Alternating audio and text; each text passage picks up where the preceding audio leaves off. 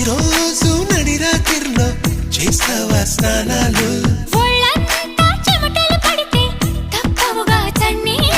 వణికించే చలికాలంలో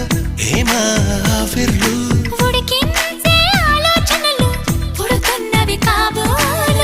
ఇంటిదిగా వేడక్కే ఊహలు రేపిందెవరు